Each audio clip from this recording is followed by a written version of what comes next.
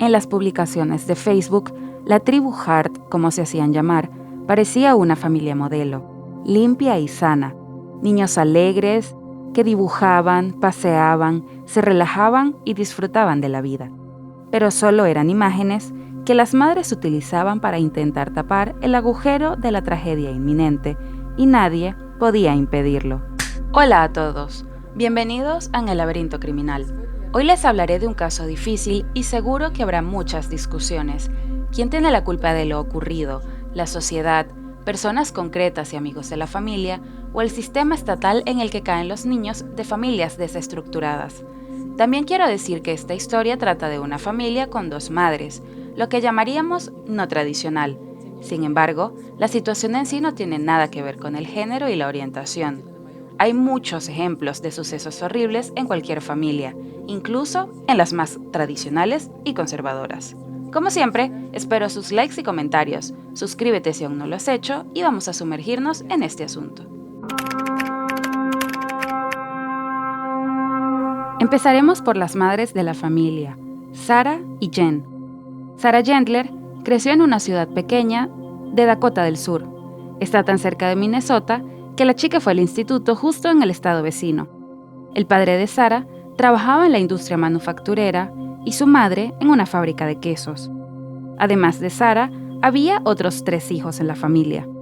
Lori Brand, su profesora, recordaba que Sarah era una estudiante aplicada y una niña dulce, amable y tranquila. La niña era muy callada y poco sociable. Tras graduarse en el instituto, Sarah estudió un semestre en la Universidad de Minnesota para luego trasladarse a la Universidad Estatal del Norte de Aberdeen. La niña soñaba con ser maestra de primaria, el mismo sueño que tenía su futura esposa, Jennifer Hart. Jen nació en Guren, una pequeña ciudad estadounidense de solo 13,000 habitantes. Era la mayor de la familia. Jen siempre fue muy sociable. Tenía buen sentido del humor, pero se decía que ella era inquieta, incluso un poco huidiza. A los 14 años, llegó a romper con su madre y durante algún tiempo vivió con su padre ya divorciados. Jen conoció a Sarah en la Universidad de Aberdeen, de la cual Sarah finalmente se graduó, pero Jen no. Al principio, las chicas no le contaron a nadie sobre su relación. Todos las consideraban simplemente amigas. Luego, Jen escribió en su Facebook que en ese momento ella llamaba a Sarah su amiga o compañera de habitación, pero cuando salió a la luz el hecho de que Sarah y Jen estaban saliendo, todos los amigos de Jennifer le dieron la espalda. Y es natural y triste, pero fue hace 20 años. Y no en la ciudad más grande de América, así que al menos eso puede justificar la situación. En 2004, la pareja se trasladó a Alexandria, en Minnesota, donde las chicas consiguieron trabajo en Herberger's, uno de los grandes almacenes del centro comercial Viking Plaza. Ya no querían ocultar su relación, y cuando Sarah se convirtió en gerente, puso una foto de ella y Jen juntas en el escritorio, un gesto muy audaz para la época. Jen trabajaba en otro departamento, y los que las rodeaban recordaban a Jen como segura de sí misma, divertida e incluso un poco nerviosa. Cuando aún iba al colegio, siempre se metía en líos. Sus travesuras eran sorprendentes. Robaba zapatillas deportivas o de adulta, cortaba los pezones de los maniquíes femeninos de las tiendas en las que trabajaba. Sarah, en cambio, era más sensible, tierna, era muy fácil hacerla llorar. Así que, en 2004, cuando ambas tenían 20 años, Sarah y Jen decidieron convertirse en madres de acogida. La agencia de acogida decidió dar a la pareja la custodia de una adolescente de 15 años. Es importante aclarar que no se hablaba de adopción, sino de acogida. Es decir, la niña fue colocada en una supuesta familia de acogida sin llegar a ser, en el pleno sentido de la palabra, hija de la pareja. Así pues, la historia de esta niña en acogida no acabó bien. Menos de un año después, las madres acababan de llevar al adolescente supuestamente a una cita con el médico, y ya que el especialista les había dicho que la niña no volverá con la familia, Sarah y Jen habían llegado a un acuerdo previo con él y ni siquiera se despidieron de la chica. No está claro cuál fue el motivo para abandonar al adolescente. pero la forma en la que la abandonaron es alarmante. Pero continuemos. En 2005, Sarah adoptó el apellido Hart. Ella acababa de cambiar oficialmente su apellido. Las mujeres no estaban casadas. Por aquel entonces, la pareja trabajaba, según diversos informes, en un centro de padres o en una agencia de adopción en Minnesota. O, en otra versión, siguió trabajando con un comercio minorista. Y un año después, en 2006, a pesar de renunciar a un adolescente, Jen y Sarah decidieron dar la bienvenida a 3 niños a la familia. Márquez, de 8 años, Hannah, de 4, y Abigail, de 2. Su madre renunció voluntariamente a la patria potestad, creyendo que darlos en adopción sería la mejor idea. Pero estadísticamente en Estados Unidos, es bastante difícil que los niños negros y los llamados grupos de hermanos se establezcan en nuevas familias. Así que el hecho de que Jen y Sarah se llevaran a estos niños ya, por cierto, crecidos para criarlos, fue percibido muy positivamente por los servicios de tutela. Sin embargo, para las propias madres, la repentina multiplicidad de niños trajo dificultades. En su post en Facebook, Jen escribió con toda franqueza sobre su primera noche como madre de muchos niños así. Según ella, Abigail se orinó en casi todo y se hizo daño en la barbilla al caerse por las escaleras. Hannah también manchó de heces la pared y se atiborró hasta vomitar. Márquez, según ella, se golpeó la cabeza contra la pared en el baño.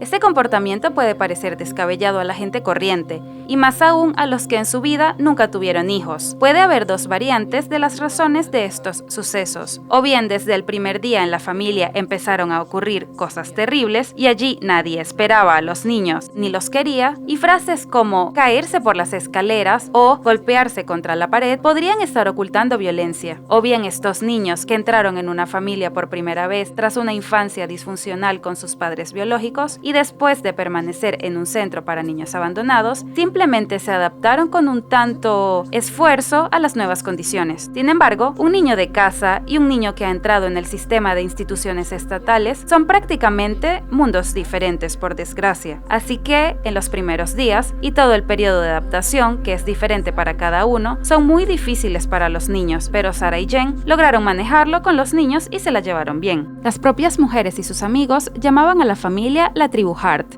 Por cierto, nadie iba a la escuela.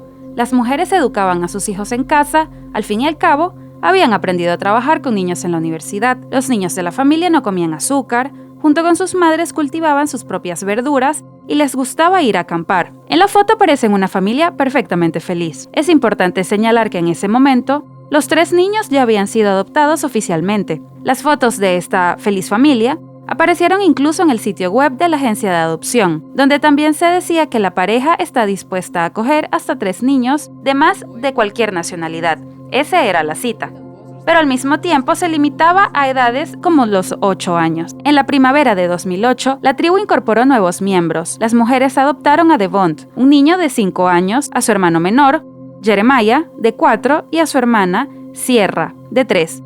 La portavoz de la agencia, Tiffany Butler, confirmó que todos los hermanos fueron entregados a la pareja por el Departamento de Servicios Familiares y de Protección de Texas. Pero poco antes de la adopción, una mujer llamada Priscilla Celentín, tía del trío por parte del padre, luchó por la custodia no queriendo darlos en adopción. La razón por la que los separaron de su familia fue triste y sencilla. La madre de los niños tenía problemas con las drogas y fueron acogidos por su tía Priscilla. La mujer incluso compró una casa de 5 dormitorios para alojarlos a todos cómodamente y crió a sus sobrinos como si fueran sus propios hijos. Pero un día, mientras Priscilla estaba trabajando, su hija dejó entrar a la madre de estos 3 niños, a los que privó de sus derechos, lo que no estaba permitido de ninguna manera. En diciembre de 2006, los separaron definitivamente de su familia biológica. Sarah y Jen Hart se han convertido en las representantes legales de los niños. Existe la percepción de que en Estados Unidos no se da prioridad al acogimiento por familiares, y si se ingresa a un niño en estos servicios e instituciones estatales, es muy probable que se le entregue a una familia experimentada pero ajena. Por tanto, es poco probable que vuelva con sus parientes. Esto es lo que ha ocurrido en este caso, en contra de lo que parece de sentido común. Pero Jen y Sarah eran felices. Después de la adopción, Jen escribió un post en Facebook en el que hablaba de cómo, en cuanto entró en el edificio de los servicios de protección al menor en Texas, cuando Jeremiah corrió hacia ella, la abrazó y le dijo: «Ahora eres mi madre». Si esto es cierto o no, nunca lo sabremos. Así que, de vuelta en Minnesota, las mujeres empezaron a organizar sus vidas. Jen estaba en casa con los niños todo el tiempo, mientras Sarah seguía trabajando. No fue hasta el 2009 que las mujeres finalmente registraron su matrimonio en Connecticut, con solo sus hijos como testigos. Desde afuera, la familia no parecía muy corriente, pero sí bastante feliz. Viajaban a menudo a diversos festivales de la contracultura, acudían a menudo a todo tipo de fiestas hippies y apoyaban iniciativas ecologistas. Iban a manifestaciones e incluso acudían a mitines políticos. Por ejemplo, apoyaban activamente a Bernie Sanders. Las madres iban acompañadas de sus 6 hijos. Jen publicaba a menudo fotos de todos estos eventos en Facebook. También compartía noticias de su vida cotidiana. Todos esos posts y fotos obtenían una enorme respuesta del público. No solo amigos y familiares dejaban comentarios entusiastas, sino que algunos incluso preguntaban si Jen y Sarah alguna vez considerarían lanzar un reality show sobre su familia. ¡Oh! Esos americanos. Jen realmente publicaba mucho. Su feed estaba lleno de hermosas fotos, como Abigail y Sierra cubiertas de barro, apretando los puños en el pecho. Y aquí está Abigail y Devont desayunando con pollitos sentados en su cabeza. Y aquí están los 6 niños sonriendo con un cartel: «La bondad es contagiosa». Había fotos de los niños abrazando secuoyas y jugando el twister en la playa. Y muchas, muchas más, pero la foto más famosa de todo el archivo de la familia Hart fue tomada en 2014, durante la campaña de Black Lives Matter contra la brutalidad policial. Devont, de 12 años, con un cartel de abrazos gratis en la mano. Fue fotografiado abrazando a un agente de policía con lágrimas en los ojos. La foto se hizo viral en internet, fue noticia, incluso apareció en Saturday Night Live. Y es curioso que, paralelamente a esta foto, se hiciera popular en Twitter una sensacional instantánea de Kim Kardashian con champán en el trasero. Los usuarios escribieron que Kim Kardashian rompió el internet, pero robó al internet su futuro, y Devont arregló internet y dio a la gente esperanza de un futuro más brillante para la humanidad. Sin embargo, sea cual sea la emoción que evocó esta imagen, ha surgido la polémica. No se escenificó el momento. Acaba de salir a la luz que el niño estaba llorando antes de acercarse a la gente. ¿Cuál era el motivo de sus lágrimas? El propio niño declaró que lloraba pensando en el destino de su país. Pero no todo el mundo cree en sus palabras. Pronto entenderán por qué. Tras ganar una popularidad desmedida gracias a esta foto, algo cambió en la forma de pensar de Jen. Sarah le contó a un colega que la historia de la famosa foto tuvo un gran impacto en Jen. No podía soportar este tipo de atención pública. También lo era el hecho de que el movimiento BLM en Estados Unidos no solo tenía seguidores, sino también opositores, que empezaron a enviar a Jen amenazas serias. Pero el principal problema para Jen era que su imagen y la de su familia estaban ahora fuera de control. Si antes ella elegía qué, cómo y cuándo publicar y cómo presentar la información sobre su familia a la gente en Internet, ahora lo hacían los periodistas por ella. Y si sacaban a la luz algo indeseable, algo que destruyera la imagen de una familia ideal, y ella se hacía pasar por la madre más progresista del mundo en las redes sociales, y sus pensamientos que transmitía a su audiencia le hacían pensar que criar a 6 hijos adoptivos era fácil e interesante. ¿Para qué mantener esta bella imagen? Jen tuvo que rechazar numerosas peticiones de entrevistas de periodistas. Incluso escribió una carta a Facebook pidiéndole que no difundieran fotos de sus hijos. En un intento desesperado por desviar la atención de su familia, Jen, cuando hablaba de sus hijos como con los periodistas, solía hacer hincapié en los horrores a los que supuestamente se enfrentaban los niños de las familias biológicas. Bueno, biológicas, mientras que en las familias de acogida todo solía ir bien. ¿Tenían Jen y Sarah algo que ocultar?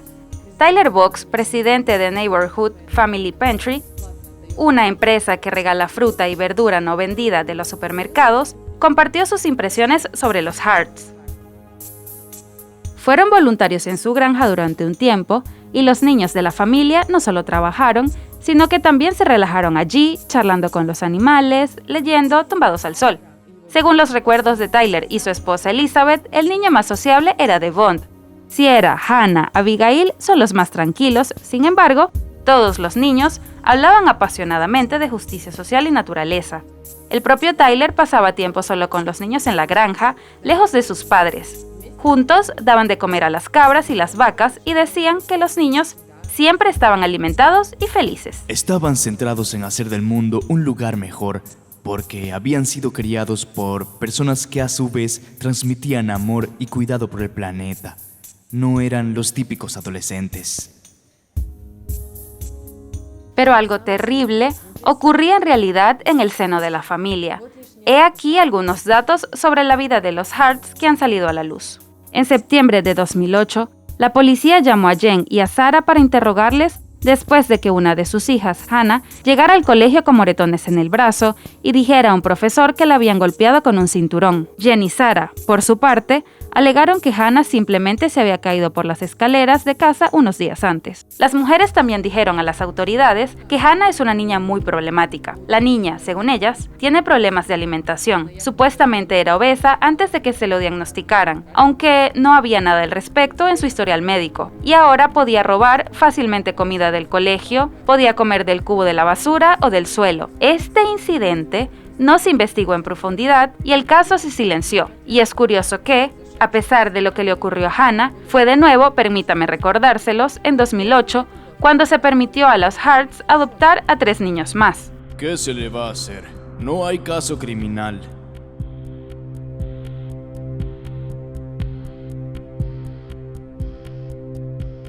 Diría más tarde el juez Patrick Sheldon, que concedió a la pareja la custodia de un segundo par de hermanos.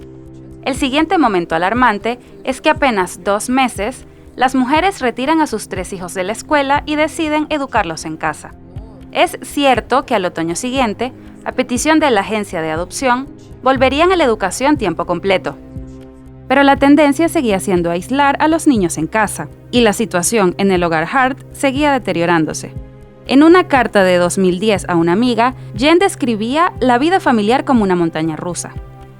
A veces siento que no me valoran y me toman por sentado. Y a veces me siento poco querido, pero en el fondo sé que me quiere, mucho, solo que no sabe cómo demostrarlo. Jen, de hecho, incluso quería separarse de Sarah, literalmente dejarla, pero la pareja permaneció junta. Mientras tanto, Sarah decía que Jen siempre exageraba e inventaba historias. Ajustaba las historias para parecer una heroína. Hablaba de cada niño como si literalmente le hubiese salvado la vida, aunque los niños, en realidad, no estuvieran en peligro. De algunos, decía que estaban involucrados en drogas antes de unirse a su familia. Por ejemplo, según ella, Hannah sufría de obesidad. Además, en 2010, Abigail acudió al colegio con moretones. Según una versión, la propia niña llamó la atención de la profesora, que le levantó la camiseta y vio un hematoma que se extendía desde el pecho, justo por encima del ombligo, hasta la espalda. No parecía tratarse de una caída desafortunada, necesitaba ser investigado, y Abigail le dijo a la trabajadora social que Jen se enfadó cuando vio que se le caía el penique del bolsillo. La madre de la niña pensó que había robado ese dinero, aunque con un céntimo no se podía comprar nada. Arrastró a Abigail al cuarto de baño, abrió el grifo del agua fría, la agarró por el cuello y le metió la cabeza en el fregadero. Luego, Jen le golpeó la espalda. Abigail también dijo que a menudo la dejaban en la cama todo el día, como castigo, y no le dejaban comer. Cuando se interrogó a los demás miembros jóvenes de la familia Hart, también dijeron que a menudo les pegaban y les mandaban a la cama con hambre. Les habían prohibido llorar y les obligaban a responder a las preguntas con frases memorizadas para evitar que dijeran demasiado. Además, nadie recibía tanta atención como parecían las fotos. De hecho, las fotos estaban montadas. Y, cuando Jen apartó la cámara, se paró en seco y despreocupada de todo, ni siquiera le dirigió la palabra. Incluso durante la conversación con los trabajadores sociales, los niños dijeron que a menudo se les obligaba a practicar yoga y fijar posturas incómodas durante largos periodos de tiempo. Y a veces, como castigo por faltas graves, se les prohibía felicitarles en su cumpleaños. Mantuvieron esta conversación con cada niño por separado a pesar de las protestas de Jen. Ella estaba en contra de que los niños estuvieran a solas con adultos. En realidad, es una confesión bastante aterradora. ¿Y los servicios sociales no harán nada con esta investigación para hacer más profunda? En este incidente concreto con Abigail, Sarah asumió la culpa. Dijo a la policía que fue ella quien levantó la mano a Abigail. Jen lo confirmó. Y los profesionales le creyeron por encima de los niños. Sarah fue acusada oficialmente de violencia doméstica el 7 de abril del 2011. Fue condenada a realizar servicios comunitarios y a 1 año de libertad condicional. Según otros informes, se les impuso una condena condicional de 90 días y una multa de $300. Entre noviembre de 2010 y enero de 2011, salieron a la luz otros 6 episodios de violencia en esta familia. En uno de ellos, Hannah dijo a la enfermera del colegio que no había comido nada. La pobre niña pidió comida a sus compañeros y cuando Jennifer se enteró, se enfadó y la obligó a comer bananas y nueces. A Sarah le hicieron entonces directamente la pregunta, ¿por qué no le das de comer? Y Sarah respondió que a Hannah solo le gustaba mendigar y que en estos casos habría que darle agua. Y que en general todas tienen problemas de conducta alimentaria. Después de este episodio, cesaron las llamadas del colegio, pero no porque no hubiera más problemas, sino porque la administración temía que provocaran castigos aún más severos. Todo esto hizo que los Harts pensaran en mudarse. Anteriormente, habían discutido este plan. Se quejaban a sus amigos de que a menudo recibían miradas desaprobatorias de los vecinos y supuestamente sus hijos comenzaron a ser acosados en la escuela. Y de hecho podría ser cierto, ya que una pareja blanca del mismo sexo con 6 hijos negros no es precisamente algo habitual en una ciudad pequeña. Pero aún así, el intenso interés de los servicios de protección de menores era probablemente la razón más importante por la que querían mudarse. Las mujeres decidieron marcharse de Alexandria, sacaron a los niños de la escuela y ahora finalmente los educan en casa. Sarah llegó por primera vez a Portland en busca de trabajo. Fue en algún momento de 2013. ¿Por qué elegir esta ciudad? Porque la zona era más tolerante con las familias LGBT. Sarah encontró allí un trabajo en los grandes almacenes Kohl's. Y pronto llegaron Jen y los niños. No podemos decir que vivían ricamente, pero además del sueldo de Sarah, la familia recibía prestaciones sociales. Eran unos $2,000 al mes y el padre de Devon también enviaba casi $1,000 al mes para su hijo. ¿Era suficiente? Quizás no, ya que la familia no salía de sus deudas. En los próximos años acumularían $21,000 de deuda. Pero volvamos a la cronología. Así que se instalaron todos en los suburbios de West Lynn, en un modesto rancho alquilado donde cultivaban hortalizas y criaban cabras y gallinas en el patio trasero. La familia empezó a adaptarse a una vida comedida en Oregon.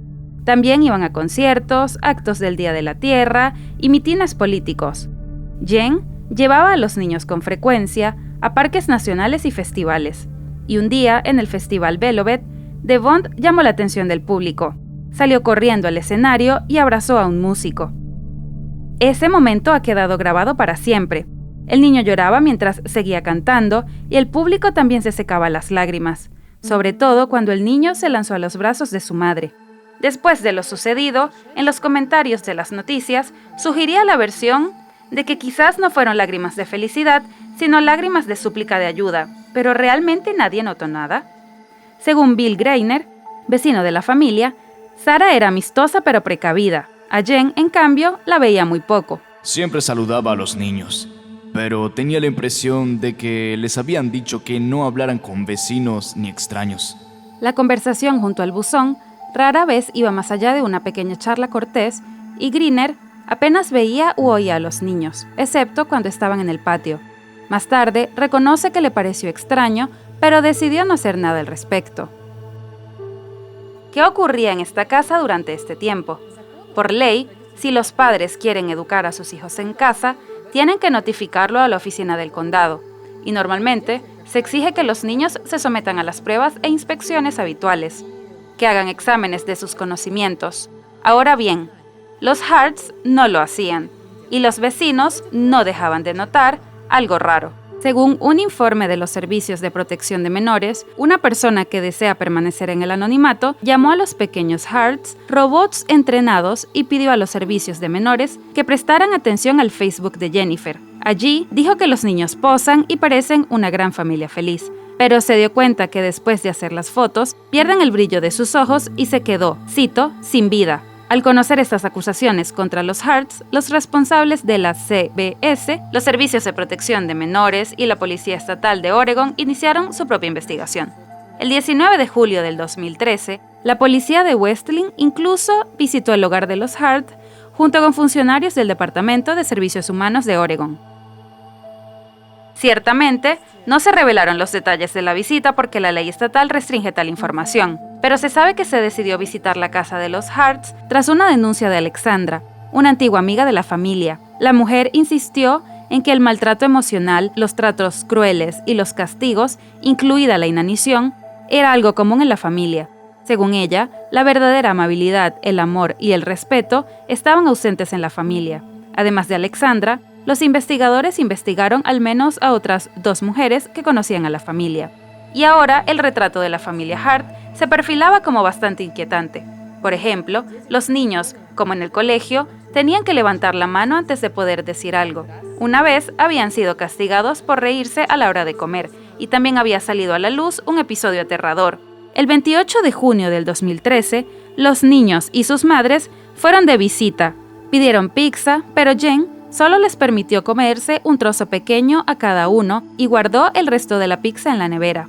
A la mañana siguiente, cuando la vecina a la que visitaba miró en la nevera y vio que la pizza había desaparecido, se lo dijo a su marido en voz baja, un poco en broma. Los chicos quizás se la terminaron anoche, no es gran cosa, pero resulta que Jen se enteró de la desaparición de la pizza y se puso furiosa. Metió a todos los chicos en el baño y empezó a interrogarlos.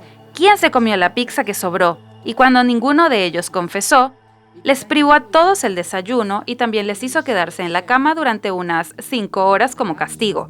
Las manos debían mantenerse a los lados. Por cierto, bajo la vigilancia de Jen, los niños no comían nunca, pero en cuanto ella se marchaba, se comían todo lo que se veía por delante. Parece que estaban muertos de miedos por Jen, concluyó un vecino preocupado. Según los amigos de las familias entrevistados, el único niño que recibía la atención adecuada era Devont, el más sociable y activo. Las madres eran las más estrictas con Hannah y Márquez. Los ignoraban o los regañaban sin descanso. Aunque Márquez, en una de sus conversaciones con los servicios sociales, dijo que estaba agradecido a sus madres por, cito, cambiarme la vida. La frase quizás se la aprendió de memoria. Otro punto importante era que todos los niños eran más bajos de estatura de lo que se les correspondía por edad, y el médico de cabecera escribía sobre ello en su informe médico. Cuando las propias madres fueron llamadas para hablar con los trabajadores sociales, Sarah y Jen empezaron a poner excusas, encontrando explicaciones al extraño comportamiento de los niños y a las declaraciones de los vecinos y amigos. Las mujeres afirmaron que todas son vegetarianas y que siguen una dieta basada en plantas, por eso son tan delgadas. Abigail, decían, era casi retrasada mental. Dirán que no se cree en el diagnóstico.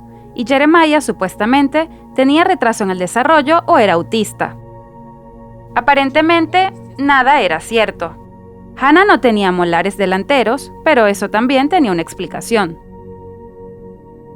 Supuestamente, se los rompió corriendo por la casa hace 1 año, y solo se le pueden poner de nuevo cuando tenga 18 años. Pobre chica, ¿te imaginas? Según un informe presentado por los trabajadores sociales, Jen afirmaba que los principales problemas de su familia se debían a que los demás simplemente no entendían su estilo de vida alternativo. Y la madre de Hart también dijo que el único castigo consistía en hablar y meditar durante 5 minutos.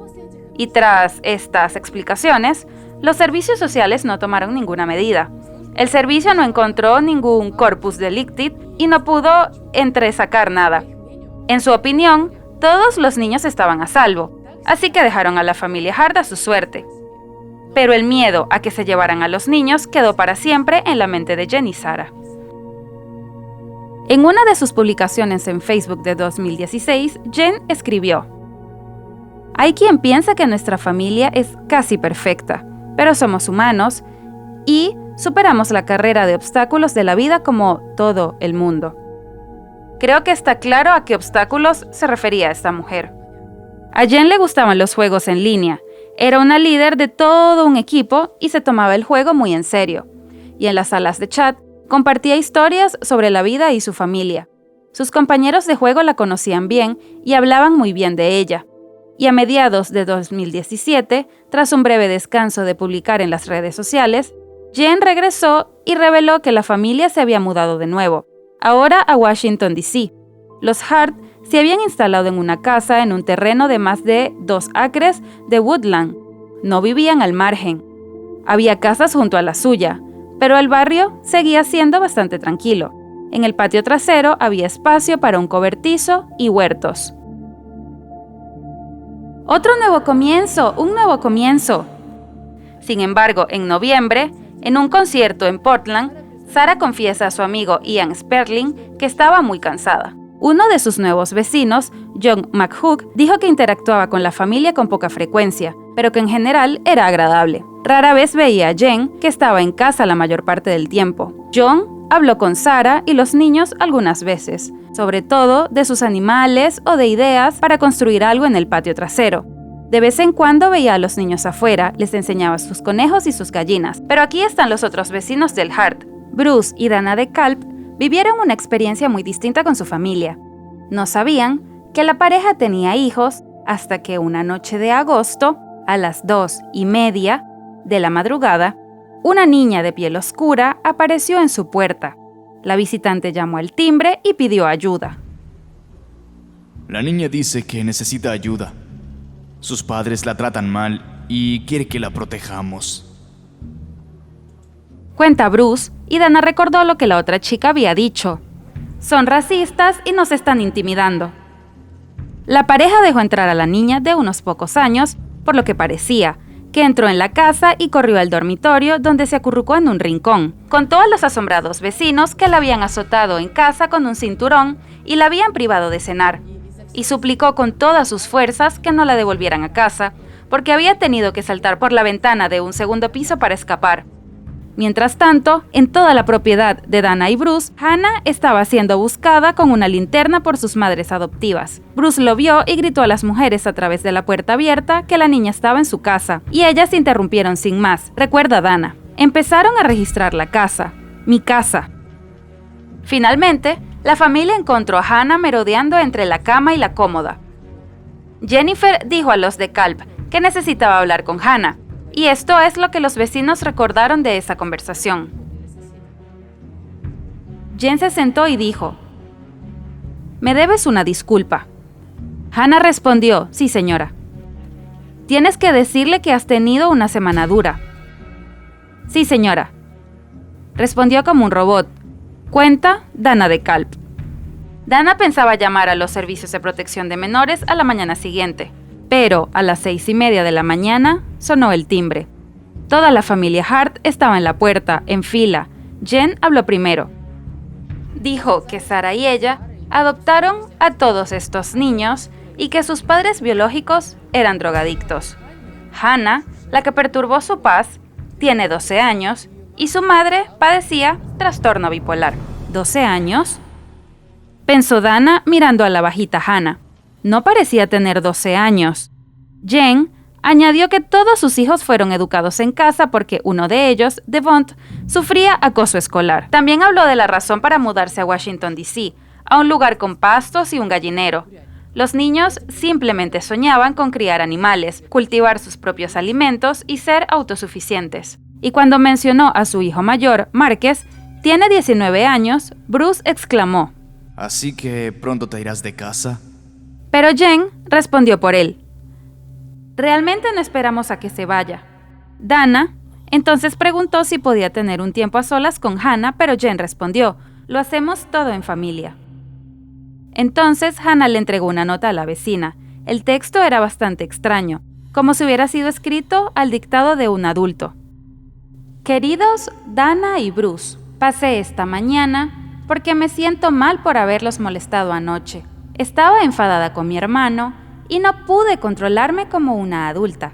Lamento haber mentido para llamar su atención. Estoy trabajando para aprender a ser más honesta, así como para encontrar formas de desahogar mi frustración.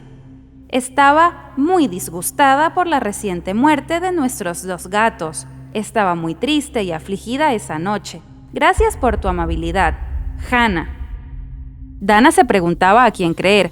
Jen lo había explicado todo con tanta certeza.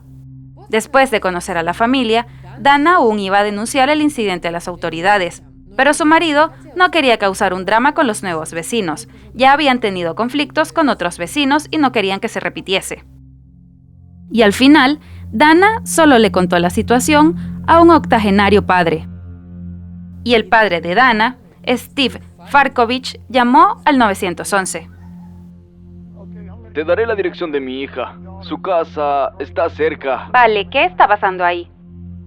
Allí tienen 4 niños de piel oscura, pero no es para tanto. Se acaban de mudar aquí, pero la otra noche su hija pequeña saltó desde una ventana del 2º piso al tejado del porche.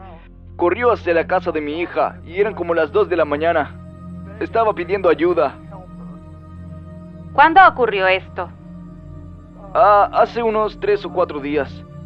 Y mi yerno no quiere investigarlo, pero cuando más lo pienso, más difícil resulta vivir con ello. Tenemos que ir a su casa para comprobarlo, y cuando su familia vino a casa de mi hija buscando a la niña, la pequeña me suplicó que no les dijera que estaba aquí, pero mi yerno la entregó, y a la mañana siguiente trajeron a todos sus hijos a la puerta de mi hija, y se quedaron allí como muertos de miedo. Creo que ahí pasa algo grave.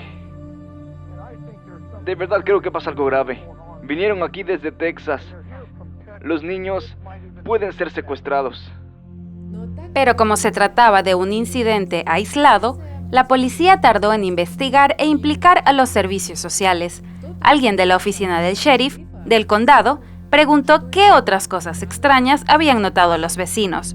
Y Dana dijo que había visto que los niños estaban casi siempre en casa, a lo que le objetaron: La ley no prohíbe que los niños estén en casa.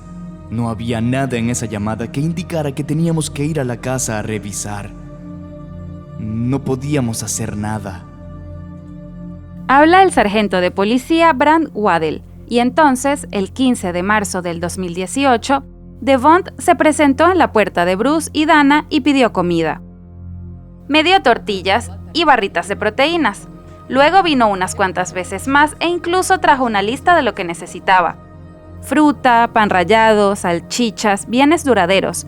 Devont pidió comprar 6 paquetes de pan y pasta de cacahuate y cecina. Al final, cuando se le preguntó por lo que ocurre en casa, el adolescente contó a Dana que sus madres no le dan de comer como castigo a veces durante días. Rogó a los vecinos que no dijeran nada a sus madres ni llamaran a la policía porque temía que separaran a los hermanos. El tipo se presentó en su puerta al menos 10 veces y, unos días después, Devont le pidió a Dana que le dejara comida en una caja junto a la valla. Quizás ya no podía arriesgarse a ir a verles en persona y quería comer. Esto no podía seguir así. Finalmente, Dana tuvo motivos de sobra para llamar a los servicios de protección de menores. Así que, el 23 de marzo, un viernes, Dana cogió el teléfono. Tras su llamada, un representante de la organización visitó la casa de los Hart ese mismo día, pero nadie abrió la puerta, a pesar de que los 2 coches de la familia estaban aparcados afuera de la casa. Esa noche, Bruce y Dana se dieron cuenta de que el kayak rojo brillante que siempre habían guardado en el maletero del GMC Yukon de los Hart había desaparecido. Al día siguiente, toda la tribu Hart desapareció. El Departamento de Servicios Sociales y Sanitarios del Estado de Washington dicen que intentó ponerse en contacto con la familia 3 veces en los días siguientes. Pero fue en vano. Jen tampoco aparecía en las partidas online, lo cual era muy extraño ya que jugaba todos los días. Y Sarah tenía que abrir la tienda en Kohl's a las 6 de la mañana del sábado, pero envió un mensaje de texto a sus colegas a las 3 de la madrugada. Lo siento, pensé que podría ir a trabajar, pero estoy demasiado enferma. Y entonces, el 26 de marzo del 2018, los servicios de emergencia recibieron una llamada de la compañera de Sarah. Pidió visitar el domicilio familiar para comprobar si todo estaba bien. A la operadora, la mujer le dijo que el sábado por la noche, Sarah le había confiado que estaba enferma y que necesitaba ser hospitalizada. Después, Cheryl, que así se llamaba, llamó a todos los hospitales de la zona, pero no había ninguna paciente llamada Sarah Hart. La propia Sarah había dejado de devolverle los mensajes. Los servicios de emergencia no tardaron en recibir otra llamada, mucho más inquietante. Los excursionistas alemanes marcaron el número del 911. Se encontraban en la autopista 430 en el norte de Carolina, cerca de un acantilado rocoso. Los turistas dijeron haber visto un todoterreno plateado volcado en el agua, que al parecer salió volando de la carretera y cayó desde una altura de unos 30 metros. El impactante accidente saltó a las noticias. Muy pronto se supo de Jennifer Hart, madre de muchos hijos y esposa de Sarah Hart, que también iba en el coche, iba al volante, pero lo peor fue que la mujer se llevó por delante a toda su familia. Y no fue un accidente. Definitivamente las mujeres pretendían suicidarse y al mismo tiempo acabar con la vida de Márquez, de 19 años, Jeremiah y Abigail, de 14, Devont, de 15, Hannah, de 16 y Sierra, de 12. Se inició una investigación. La policía fue a casa de los Hart. Parecía ordenada, todo estaba en su sitio y parecía que había sido reformada no hacía mucho. Pero si las habitaciones de Jennifer y Sarah eran acogedoras y limpias, el cuarto de los niños era cuanto menos extraño. Solo había 2 camas pequeñas, un colchón en el suelo y nada más. Todo el mundo se preguntaba, ¿dónde dormían los niños? Estaba claro que no había camas suficientes. En las demás habitaciones, aparte de algunos juegos de mesas y libros, los investigadores no encontraron nada que indicara que en la casa vivían niños. ¿Cómo es posible? Pero, sin embargo, encontraron una pipa de fumar y un frasco de cannabis de una variedad que se cree que alivia la depresión. La nevera estaba llena de carne, salchichas y pollo. ¿Qué pasa con el cuidado de la naturaleza y el estilo de vida vegetariano que Jennifer tanto promocionaba en su Facebook? Parece que la familia se había ido de viaje por poco tiempo, ya que quedaban muchas cosas en la casa, así como un perro y algunas gallinas. Declaró la oficina del sheriff. Evidentemente tenían prisa por hacer las maletas, ya que no se habían llevado cepillos de dientes ni otros productos de higiene. Y además salieron sin cuidado del aparcamiento de la casa, derribando las piedras decorativas del lateral, a donde han ido. Incluso la unidad de élite de análisis del compartimiento del FBI, que trabajó en los casos de Ted Bundy y Jeffrey Dahmer, se unió al caso. Lo más probable es que se dirigieran al estado de California, al condado de Mendocino. Habían comunicado antes a unos amigos su intención de ir allí. Los datos de facturación de los teléfonos móviles y las imágenes de las cámaras de seguridad indicaban que la familia había hecho una escala en la localidad de Fort Bragg, el día anterior al accidente. Los investigadores creen que los Harts llegaron a la ciudad sobre las 20 horas del 24 de marzo y que podrían haber pasado allí la noche, ya que las imágenes de la tienda muestran a Jennifer comprando comida y productos de higiene personal, incluidos cepillos de dientes y desodorante, y un peine a la mañana siguiente. Y de la comida, por cierto, compraron bananas, pan y raviolis de carne. Pagaban en efectivo, quizás para hacerlos más difíciles de rastrear. Los detectives creen que en el momento de partir hacia California, la pareja aún no sabía lo que iba a hacer. Pero en algún momento del viaje, la familia paró en Walmart, donde Sarah compró Benadryl. Se la dieron a los niños. Y las propias mujeres quizás dieron un paso terrible en ese momento. Sintiendo el peligro de perder la custodia de los niños, decidieron que tenían que poner fin a las cosas por su cuenta. Y en su opinión, era mejor que nadie más tuviera a los niños.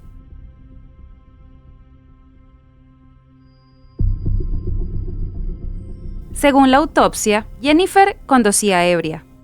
Y, según algunos familiares cercanos, Jennifer no bebía alcohol para nada. Probablemente bebió para armarse de valor.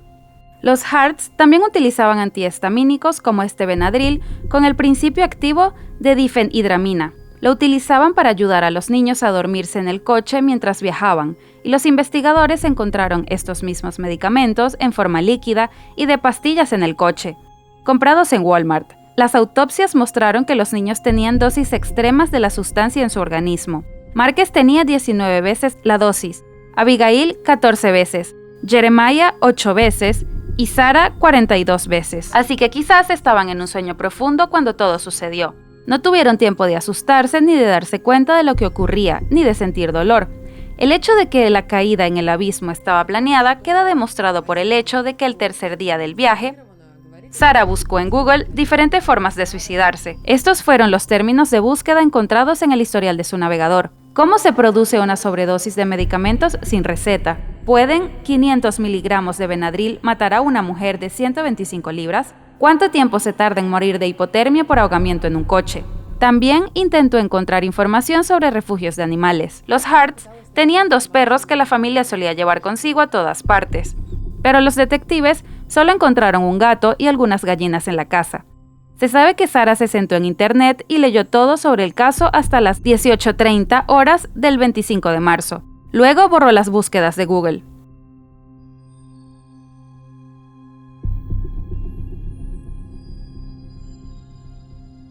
Y nadie sabía exactamente qué estaban haciendo las mujeres en las últimas horas antes de la tragedia. Solo una pareja fue encontrada que pasó la noche en el estacionamiento cerca de Westford, donde la familia Hart pasó las últimas horas antes de sumergirse en las aguas del océano. El hombre dijo que escuchó un automóvil alejarse alrededor de las 23 horas del 25 de marzo. Entonces miró afuera para asegurarse de que todo estaba bien y no notó nada inusual. Luego, alrededor de las 3 del 26 de marzo, fue despertado por el sonido de un motor rugiente.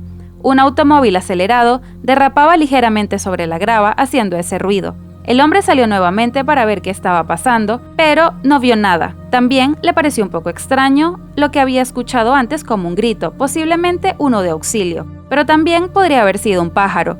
¿Qué más se sabe sobre los últimos segundos de vida de la familia?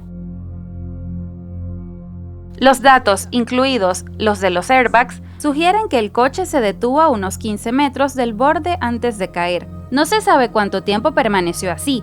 El conductor, Jen, pisó entonces el pedal a fondo y el coche empezó a acelerar. El coche quizás estaba en el aire al cuarto segundo y luego se encontró con las rocas. No había marcas de derrapes ni frenazos bruscos en el tramo de la carretera. Obviamente tampoco hay guardarraíles. Así que fue una acción deliberada.